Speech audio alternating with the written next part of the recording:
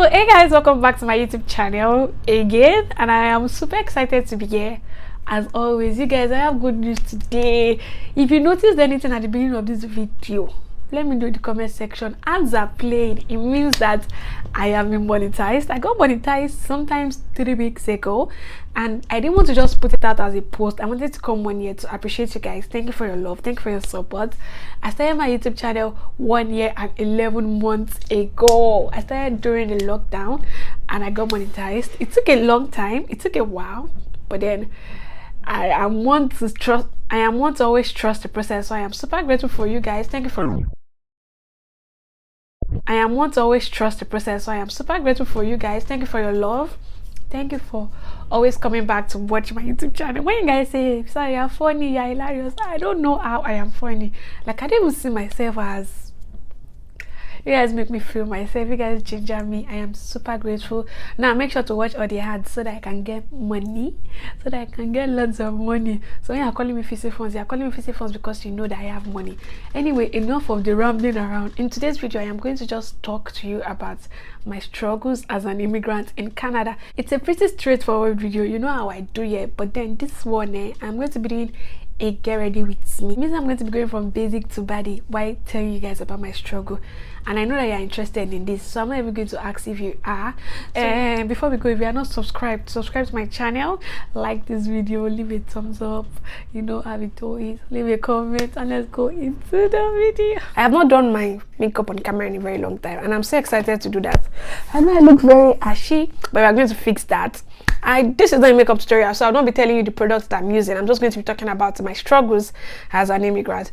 And once again, I just want to thank you guys so much. You guys don't know how much your love and support means to me. There's so many struggles, you guys. There's so many things that I struggled with and I am still struggling with, but it's actually better than when I came because I've been here more than 6 months, so it's way better than when I came. My first struggle when I got into this country was my skin. Hey, people can lie. You guys, people tell lies. I don't know why. They just paint and project this perfect thing in front of you guys, and it is not so. When I came, this was how my skin looked like, but like after 2 weeks, this was what became of my skin. My skin started to react. As someone that didn't even used to bother with all of those skincare stuffs in Nigeria, at first I wasn't bothered because I felt like it was going to pass. My skin hasn't still gotten back to its normal distance. I just have a problem with people that use Snapchat filters and they make it look like, oh, once you come abroad, your skin is perfect. And I have seen people that their skin reacted. My friend Bemisola, her skin reacted. A number of other people too. On Instablog, I'm always seeing people, they'll say, I'm preparing myself for Canada weather. It's not only about the cold. As at December, January, the sun was setting at 4 o'clock. So it was very hard to be productive. Just imagine if it is like 5 o'clock and everywhere is already dark. So the weather was a struggle for me.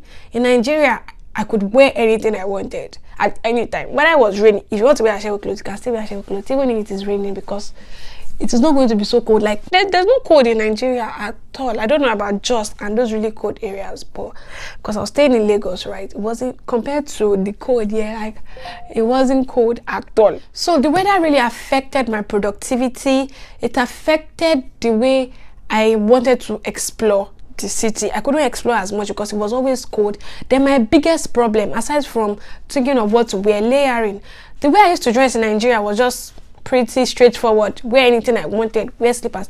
But for like 4 months, I couldn't even wear sandals or Crocs. I was wearing boots.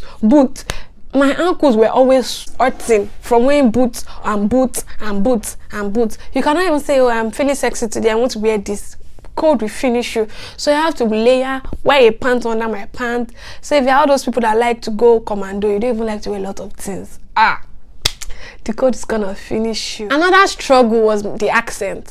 I mean, I knew this was going to be a struggle for when I was coming from Nigeria, because even the English I was speaking in Nigeria itself was, I just used to speak English. Like, I mean, I don't know how to put this, but then the accent was a problem. Nobody is trying to like talk for you to hear them, because that is the way they speak normally. Imagine going out, you won't even find someone that really wants to come down to your level. Like, I can't hear you, can you please slow down? Nobody wants to do that. They just want to communicate and leave. Now it was a struggle because they were talking really fast and you will not hear them. Just imagine you coming from a country that you could converse, communicate properly, and now there are somewhere you have to say, excuse me, can you come again?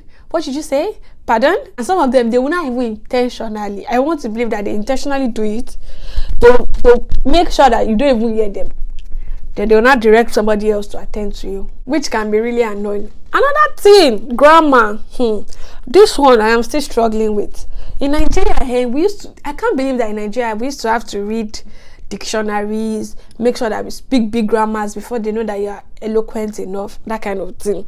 But yeah, the native Canadians speak the simplest of English. So when you just go and meet someone that has been in Canada for a very long time and you use big grammars to address some certain words that you could use simpler words from, they look at you like, what's this person saying? Even if they understand that word, they want you to use the simplest English to express yourself. I find myself talking to people and then I just use a word that I feel like is normal, words that I would normally use in Nigeria, and everybody will understand what I'm saying, and then they're looking at me like, hey, Wale Shoyinka, hey, those are my friends, and they're like, hey, you're talking like this, why are you talking like this, why are you saying this, why are you saying, and I'm like, it's not my English. And they are like, because I just came.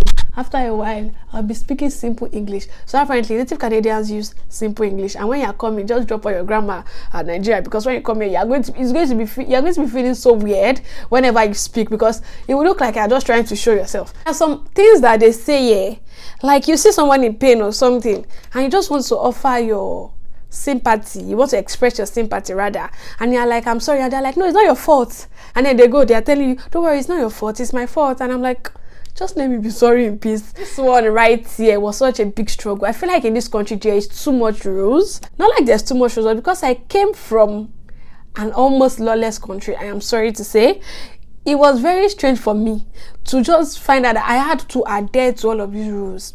Like, there's just too much rules. You want to cross, there's a rule. You want to throw something, there's a rule. You want to throw ordinary garbage, there's a rule.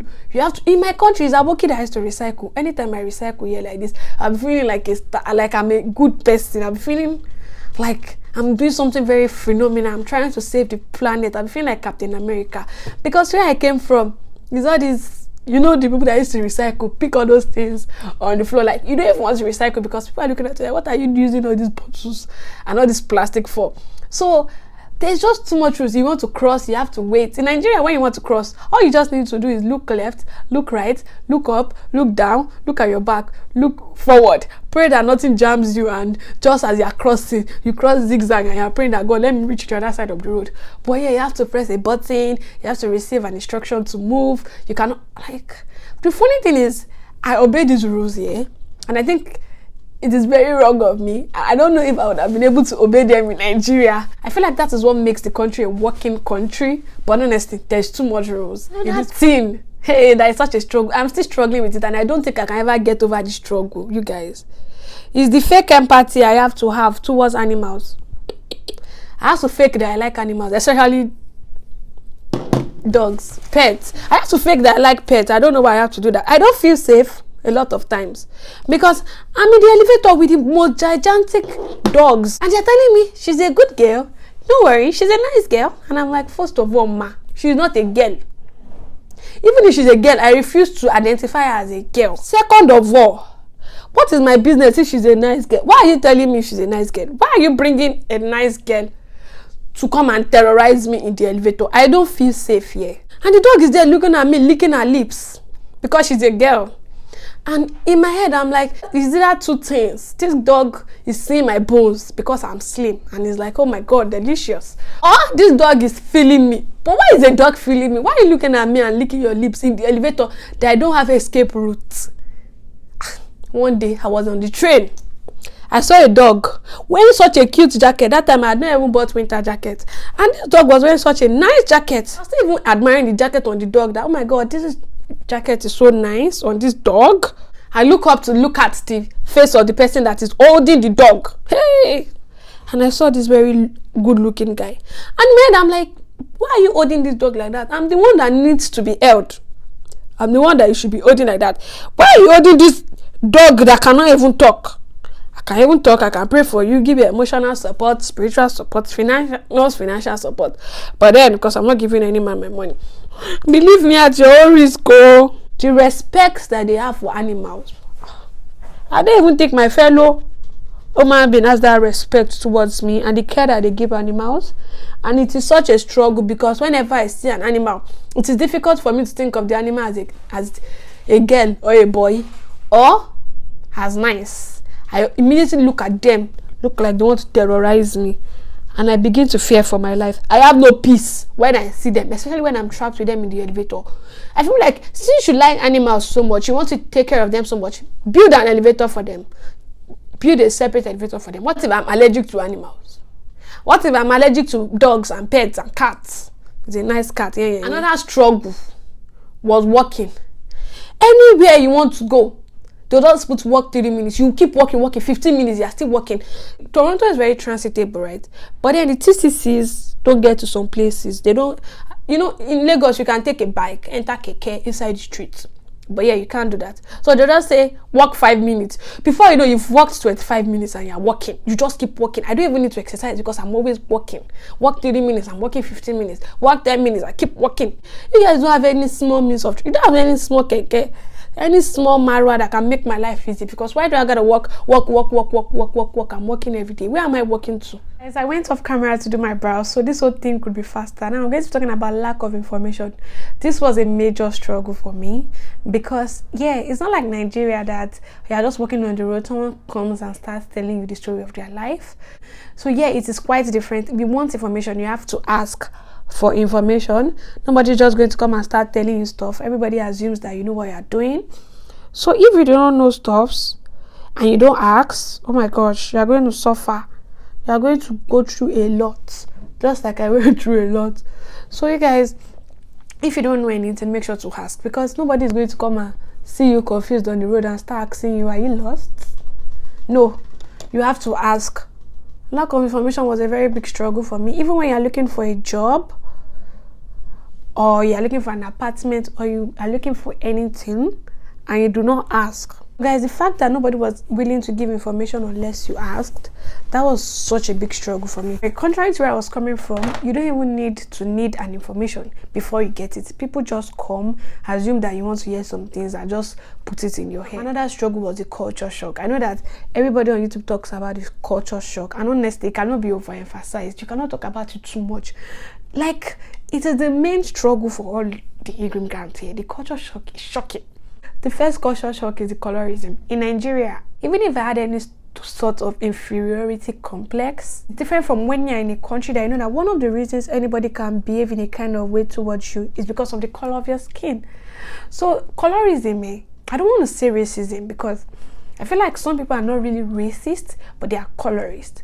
Like sometimes I'm walking on the sidewalk and someone of a different skin color is walking on that same sidewalk. Just because they see me coming, they step down, and then I'm looking at them like, oh, you just kill yourself. Oh, I'm at a bus loop, I'm waiting for my bus, there's an extra seat somewhere I can sit down and wait for my bus, and someone thinks, oh, because she's black, I want to stand. Then they stand up for me to sit. They do it on the bus, they don't want to sit down beside you, they do it everywhere. And I feel like that's their problem. I'm not bothered, but honestly, it's such a struggle because it messes with your subconscious. When I see them, some of them that want to be stupid, when I see them, before they even think about doing that thing to me, I do it to them. I get up and act like, oh my God, I have a problem sitting beside you. Not because I'm trying to be colorist, but because they need to be taught a lesson. So honestly, coming from a country that you could be yourself, nobody's looking at you. They are colorists in Nigeria too, because they are like, oh, you are dark, you are not fair, you cannot do this, you are not light in complexion. But it's not so bad compared to when you are here and you are alone in this country. You know that even people from Ethiopia, people that are just a little, they are brown skin though, they want to be acting like they are not black. Another thing that is a culture shock to me is that everybody is nice in this country. And some people fake it. There's something we call the fake smile, but mostly everybody is nice to you.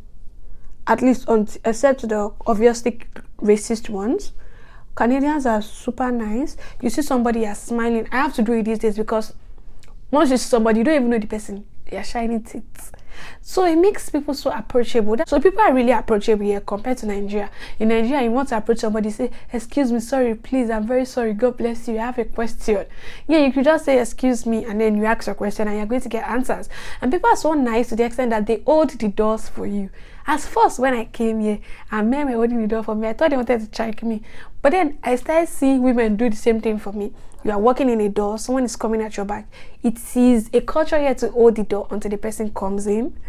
That kind of thing. So it's really nice, and it makes me feel really nice. It makes me feel like I matter. So when someone does that to me, I just smile and I'm like, thank you. Another culture shock for me is that every young child is grown in this country. Every teenager is grown.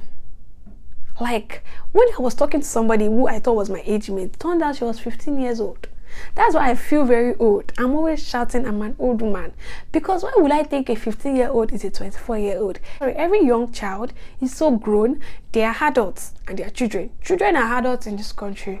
And it's crazy because when I was their age, I didn't know anything. Now they know so much. And they are just kids. And you don't even know. You have to be so careful with speaking. Especially guys, you cannot just go and be talking to any girl and say you want to. Before you know, you're a pedophile. You're asking an underage child how. The freedom. My God, people are so free to do whatever, wherever. People are so free. They're not even bothered that somebody will be looking at them funny or something. So the freedom that you get, even in school, right? You could challenge your professor. It's so easy to tell your professor that, okay, this is the reason why you won't be able to make it to class, or this is the reason why you won't be able to submit an assignment. You can request for an extension of a deadline.